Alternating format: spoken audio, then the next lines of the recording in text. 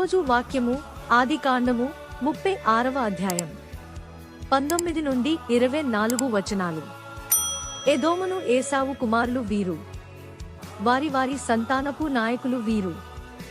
ఆ దేశ నివాసులైన హోరీయుడైన శేయీరు కుమారులు లోతాను, శోబాలు, సిబ్యోను, అనా, దిషోను, ఏసెరు, దీషాను.